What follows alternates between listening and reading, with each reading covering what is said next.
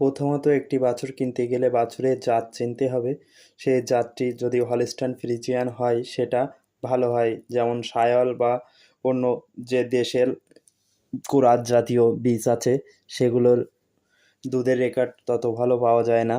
তাই সবসময় Holstein Friesian দেখে কিছু কিছু বুলটের ষাঁড় বা সেই ষাঁড়ের বীজ বাছুর দেখে কিনতে হবে, যেটা দুধের রেকর্ড, ওর মা দুধের রেকর্ড ভালো ছিল সেই বাছুরের জাত নিতে হবে। যে বাছুর কিনতে গেলে কিছু কিছু জাত চিনতে হয়, যেটা শিং জিহ্বা সাদা কেনা আছে এবং তার খুরের অংশ সাদা আছে কিনা, তার বাট ওলান চারটা সমান আছে কিনা। অনেক সময় দেখা যায় যে ওলান এক পাশে একটা ছোট, দু তিনটে বড় আছে, সেটাও দেখতে হবে যাতে সমানভাবে সব কিছু ঠিকঠাক থাকে।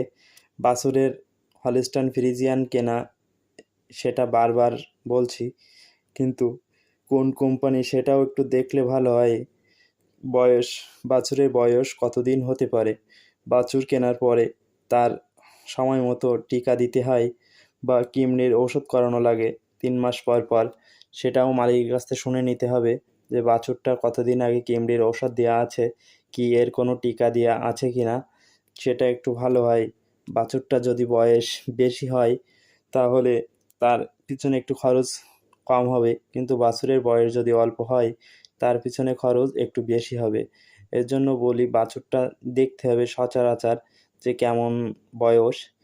7-8 মাস বয়স হলে 13-14 মাস পরে সে মা হতে পারে, কিন্তু যদি বাছুরটার বয়স 5 মাস 6 মাস হয় কিন্তু সে 13-14 মাস পরে মা হতে পারবে না। তাই 7-8 মাস বা 1 বছর হলে বেশি ভালো হয়, সেটা বেশি দিন টানা লাগে না। একটা বাছুর বা একটা গাভী, এর ভিতরে পার্থক্য, একটা গাভী পুষতে গেলে তার বিভিন্ন সমস্যা থাকতে পারে, যেমন ম্যাস্টার্স, উলান ফোলা, বিভিন্ন রোগবালাই হতেই পারে। তাই প্রথমত একটি গাভী না পুষে একটি বাছুর পোষা অনেক লাভ। তাই খামার করতে হলে বাছুর পুষেই গাভী তৈরি করলে সেই বাছুরের রোগবালাই একটু কম হয়, সময় মতো কৃমির ঔষধ টিকা দিলে তাতে বাছুরের অনেক গ্রোথ ভালো থাকে। তাই গাভী কিনলে গাভীকে কী দেওয়া আছে কি না, কি কেমন গাভী কেমন দুধ হয়, কি সব বৃত্তান্ত শুনে বুঝে কিনতে গেলে অনেক ঝামেলা। তাই প্রথমত বলবো যে একটি গাভীর থেকে বকনা কিনে গাভী করা অনেক লাভ। গাভীর অনেক দুধ বলা হয় যে 20 লিটার, কিন্তু বাড়িতে দুধ নিয়ে এসে দেখা হয় যে গাভীর দুধ আছে 8 লিটার। কিন্তু সেই ক্ষেত্রে বকনা পুষে যদি গাভী তৈরি করা হয় তার দুধ যেমন বা সব কিছু সময় মতো দিলেই দুধ বা সব মাংস বা বাছুর সব নিজের মতোই তৈরি করা যায়। তাই প্রথমত বলবো যে একটি গাভী না পুষে একটি বকনা পুষে সেটা গাভী তৈরি করুন, তাহলে আপনার বা সব দিক থেকেই সুবিধা হবে।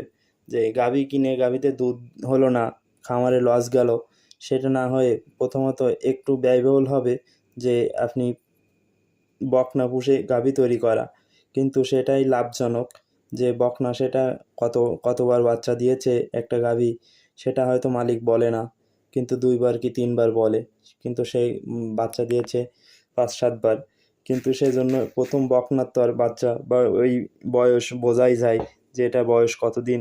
প্রথমত একটু বকনা কেনার থেকে অনেক লাভজনক আমি ভাবি, কিন্তু অনেকেই ভাবে যে গাভী কিনলে গাভীর দুধ হবে, বাছুর আছে সেটা থেকে আমি সব কিছু করবো, কিন্তু একটা গাভীর পিছনে অনেক খরচ বা সব কিছু ঔষধপাতি, কেমন খায় কী বৃত্তান্ত, তাকে কী খাতে দেওয়া হয় সেটাও দেখতে গেলে ঝামেলা।